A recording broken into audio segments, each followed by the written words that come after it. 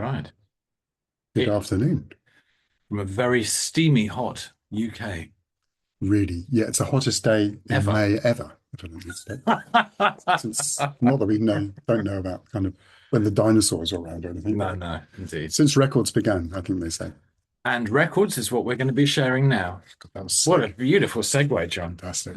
And actually, what we've been doing, it's unusually for us, is we've done a shorter session, and actually, it's going straight up to Mixcloud. Yeah, So, some stage, the link which we put underneath this will actually take you to the show if you want to listen to all the music that we're about to talk about. presumably later tonight, I guess. Presumably later tonight. I think maybe straight after this. It's a My very guess. slick thing. Me playing things at the wrong speed and all kind of. Well, I didn't do that No, exactly, but no. maybe.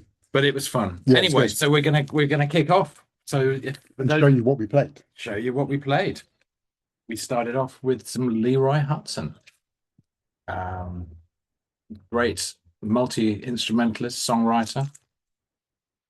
This is a fantastic sounding compilation that kind of slightly weirdly acid jazz put out that has lots of great Leroy Hudson tracks like Lucky Fella and Love Oh Love, and the one that Love the Feeling and Cool Out, which was exactly what we needed to do because it's been So sweltering. it was But a beautiful kind of airy, sort of everybody loves the sunshiny synth track that just floats if you don't know the track. Cool Out, instrumental, Leroy Hudson. very good stuff. Followed up by another sunny track, although it doesn't mention sun at all, which is I Love You, which is from Sinbad, which was the I think my favorite Weldon Irving album, actually. I mean, it's got some I also got a lot of input from Don Blackman on here, which is always a good thing, Mm. actually. And he sings that song and actually kind of wrote it as well. But it's a great album. It's got kind of and also some great guitar playing on here from Eric Gale across the whole album, actually. So I mean, all of his albums. Well, actually, most of his, some of them are not that great, actually, but most of his albums are really good. But this one is Mm. exceptional, I think. Mm. Well, we did follow this up with this is very unexciting to look at, although you might be excited to see that. This is the limited edition dubplate version of Everybody Loves the Sunshine, which is the Roy Ayers track, as reinterpreted by Prince Fatty, who is a Brighton-based producer, alongside Omar. On the B side of this is the William DeVaughn track "Be Thankful for What You've Got," featuring L16.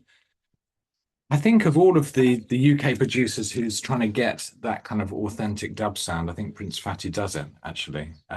Also works with Holly Cook. Yeah, great. I'm very, very happy to have that. I follow that up with. I've been listening to Mint Condition the last couple of weeks. I don't know exactly what brought me to them. I think it was just random thing. But this was a single which came off their album, Description of a Band, and it's the basically the radio remix of the song "Let Me Be the One" with a rap from Q-Tip. And I'm not 100% sure, but I'm pretty sure this is a very early Dilla Mm. beat on here as well. Just sounded great. In fact, the whole album sounds really. It's interesting. I kind of it came out around the same time as Swing Beat was really big, and I think a lot of people Mm. thought it was a kind of swing beat record, but it really isn't. I don't No. think. And of course, features the album features Chris Dave, who we'll hear from later on in the video as well. But who's a big cheese these days. Not sure, Very Chris big Dave. days. Yeah, so mint condition, great. And also Stokely, the singer on here, has got a lovely voice, a little bit like kind of I don't know. Actually, maybe not like Raphael Sadiq. Yeah, I think it I think does. it is. Yeah, Yeah, I yeah. think it does. Staying Soulful. This was a 1988 album. Take it out. It's Take it out its bloody sleep, for God's sake. There we go. Look at that. Phyllis Hyman, very underrated soulful singer. This was on Philadelphia EMI record label. Very much of its time in terms of the production, kind of quite sort of jammy, Lewisy 80s synth sound, but a fantastic singer and a great version of the Bobby Caldwell track, What You Won't Do for Love, which is definitely worth a listen. She's absolutely one of my favorite singers, I think, Phyllis Simon. And I kind of almost like, I think some of her best work was done with Pharoah Sanders and with McCoy Tyner. Actually, she did some great stuff with them. And I should have said the Mint Condition track was, of course, produced by Jam and Lewis. Aha. I forgot to say, don't need to tell everyone who Shalimar is, I don't think, but I just kind of, I hadn't kind of listened to that kind of Silvers production sound for quite a while. It just, I've been playing some stuff a little this week, and it's been sounding great, actually. I played Take That to the Bank, which was, of course, one of their hits, actually. And this is an album called Greatest Hits. I think you described it as a shimmering sound, John. Yeah, which shiny, shiny and glossy, and a lot glossy. of digital reverb obviously going on there as well. But sounding great. Yeah, sounding good. This is not a good album cover, my goodness. Wow, that really is quite bad. Might be good if you're a hairdresser from the 1970s or something. Yeah. Cerrone, The Golden Touch. Now, this is a track. There's not many. There's only two tracks on each side of this album. Don't know very much about Cerrone. 1978, slightly sort of Latin-y vibe. I think early Balearic, obviously Balearic was yet to be invented by quite a few years, by about 10 years, I guess. This was a track, Music of Life, which I vividly remember hearing on pirate radio stations like Solar and Horizon FM in the early 80s. And there was a DJ called CJ Carlos, who seemed to be ever present, really. Yeah. And this was one of his theme tunes. So we listened to a little bit of that. Yeah. It's very summery. Yeah. Then we took a left turn, and we don't normally say that, left turn with someone like Bruce Hornsby, but this is who's seen as being I was ranting about this on the Sound Unbound a few shows ago, basically. I mean, he's always seen as being a very, very mainstream kind of figure, but he's actually challenging himself all the time, doing all kinds of interesting stuff. And this is from his latest album, which is called, Indigo Park. And played the track on here, Might As Well Be Me, Florinda, which has got lyrics by Robert Hunter, features Chris Dave, who we talked about earlier on, Pino Palladino on bass, Blake Mills, who's a big favourite of both of ours, I think, on guitar, and also vocals from Bob Weir on here. And it's a really, he described it, I think, on the video. There's a great series of videos where he talks about how he recorded every track on here. I think he describes it as Schoenberg meets Joe Walsh. Not a bad description, actually, at all. Nice. And a very Garcia-like guitar solo. Garcia guitar solo. With the old envelope filter on. And also a very beautiful cover, I think. Actually. Very nice cover. So I was going to play something which I then didn't play. I think I pulled out Don Cherry, and immediately, as soon as I heard that guitar solo, I just went for the Grateful Dead. And the, again, I think a 1978 album, seems to be in 1978 here. Shakedown Street, with a wonderful Gilbert Shelton cover art. And on the back as well. Just very, again, used to say it is so sunny here. So there was something about the dancing guitar work of Jerry Garcia on this track, which I found irresistible. And I was kind of on the show, I was kind of just remembering what an impact. I mean, a lot of Grateful Dead fans were really shocked when that came out, that track. Because produced by Lowell George. Produced by Lowell George, but also kind of almost like a funk sound to it as well, which was not really what people expected from the Grateful Dead, at least at that time. Then follow that up with Gabor Szabo from his album Night Flight. That's good job. It's good. Yeah, and the track "Keep Smiling," which was where he, I mean, I've kind of shown and played lots of Gabor Szabo on the show as well. But this is when he went to Philly and went to Sigma Sound and recorded with all the Philly musicians. And it's a great album, actually. It's kind of, I mean, there's obviously one very key track, which is the track "Keep Smiling," the one I played, where he. Interesting, because there's a William DeVaughn quote in the middle of it as well, which is kind of interesting. We had talked about that earlier on, but a very, very long guitar solo on there, which is great. I mean, really great guitar playing from him. Fantastic. And the whole album is actually, I mean, you can usually get it for just peanuts, basically, but it's a really, really good album, actually. And quite an unusual departure for him. Staying in a kind of soulful, jazzy, funky vein, this is an album that was released by Soul Jazz. 2009, and is by Nathan Davis, who I believe is the trumpet player. I don't really know, but it's introducing the bass player Abram Laboriel, who is an absolute master innovator of the bass sound. and is all over the album. And we listened to the track entitled Stick Buddy. Nathan Davis was a kind of hard bop player who moved into kind of slightly more kind of Afrocentric, kind of, I guess, what's now called spiritual jazz kind of areas later on. He's not very a good musician, actually. I mean, he's been around for a while. Well, he's been dead, I think, for a while. Actually, come to think of it. Having said that, I always get that wrong and find out he's still alive, but I don't think he's around anymore, put it like that. Then went for Philip Tabani's Malombo, which was a group I saw when I lived in South Africa for a while. Just kind of funky music, but kind of played on a very strange range of instruments. I mean, there's guitar, almost kind of Wes Montgomery kind of George Benson style guitar playing.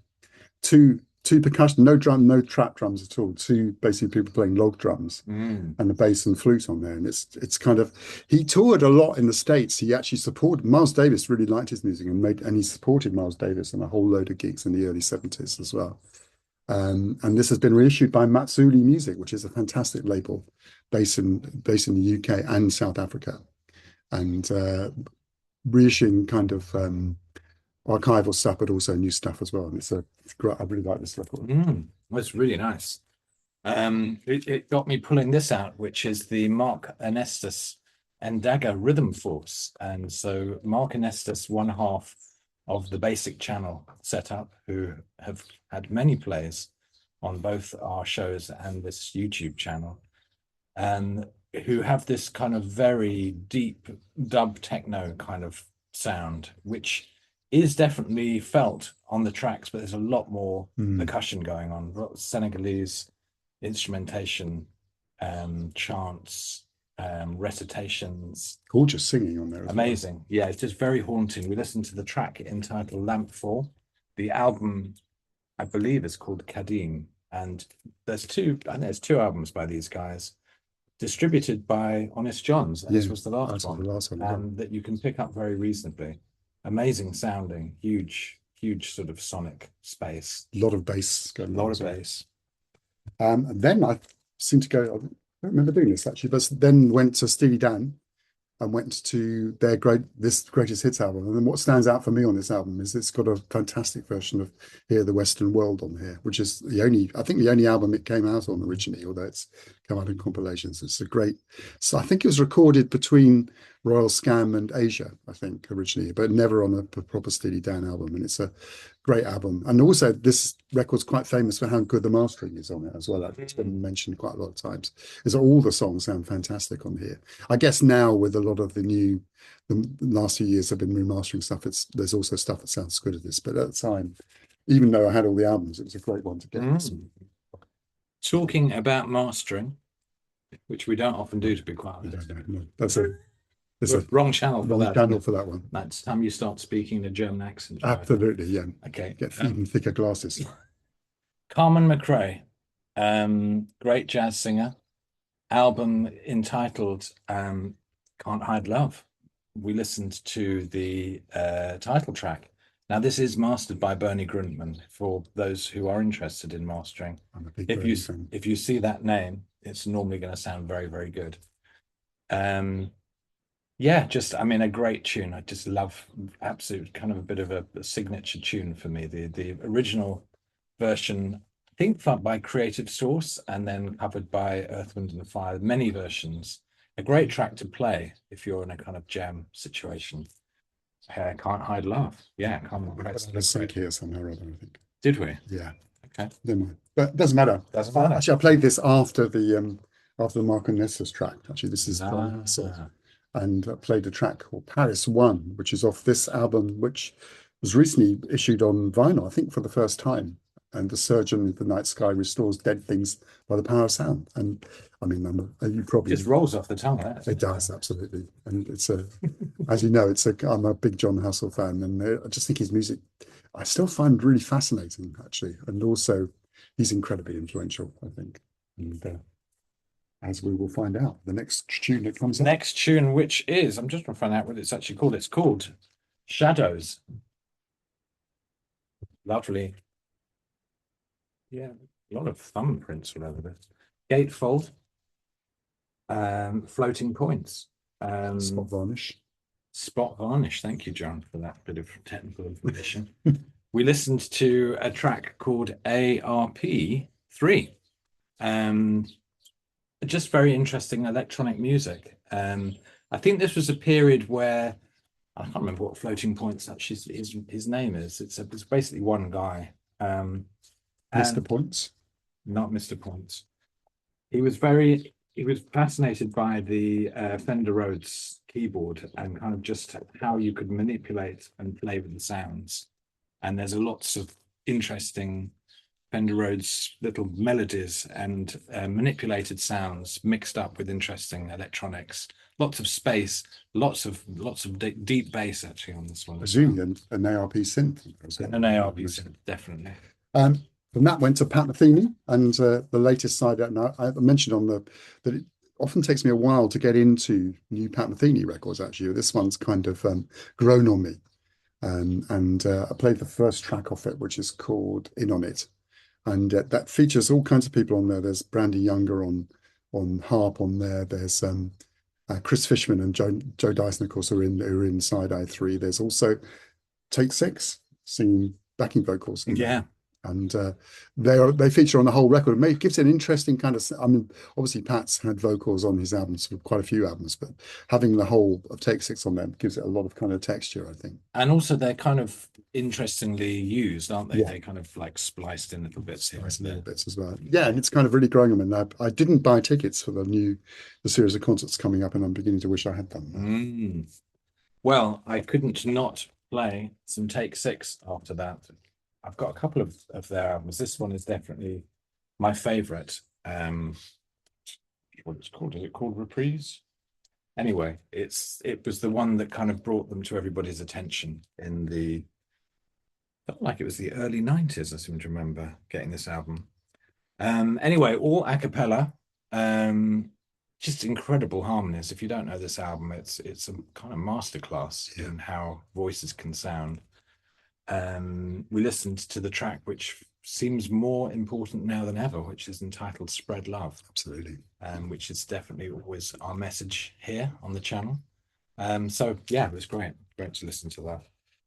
Then we had to basically Miles tomorrow would have been 100 years old, and we had to play some Miles really, and could have picked almost anything really. I mean, he's so important to both of us, I think, in our music. But I picked off Paraphernalia, which is off the Miles in the Sky album, which I still think is a little bit underestimated. I mean, people will say it's a transitional album, but I think all of Miles's albums are transitional albums. Actually, on the way to somewhere always on the way somewhere else, really. And it's written by Wayne Shorter, and also features kind of a rare performance by George Benson with Miles, who was offered a place in the band but turned Miles down, which I think George probably regrets a little bit after then as well, even though he's made a pretty good career. He did all right. But it's just amazing playing on this track, actually, particularly I always find myself, my ears always going towards Tony Williams, who's just incredible, I think, on particularly in this quintet.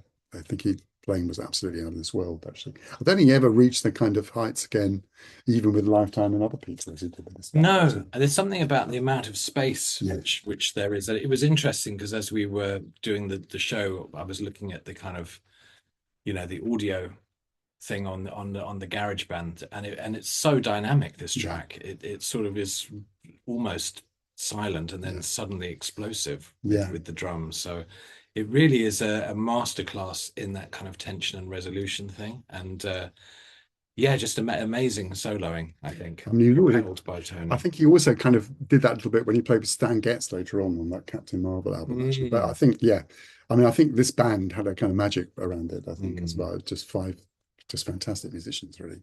Yeah. So last time I saw John was back in March, I think, and I got a late birthday present, which was this album. Late Christmas. A late Christmas present. even worse, actually. And this is the Arthur Verocai album entitled Encore, which got released, it got recorded in 2008 and then released by the UK Far Out record label, which is helmed by someone called Joe Davis, last year. And the second ever release by Arthur, where he's teamed up with a large orchestra and the Azimuth Brazilian trio of musicians, bass, drums, and keyboards, and some beautiful instrumental business. Camino da Rosa is the track that we Yeah. listened to. And obviously Arthur Verocai, one of those musicians who's got discovered very late in the day. I mean, I think it's an album from about 1972, which everyone's still crazy about. It's a beautiful record. Yeah. And in fact, he's coming over and is one of the headliners at the We Out Here festival in Dorset this summer, which I'm sure he's absolutely astonished Yeah. to find something. I think quite often musicians who've been out of the picture for such a long. I mean, I think he's always been Brazilians that tell me they love that record and always have loved that record.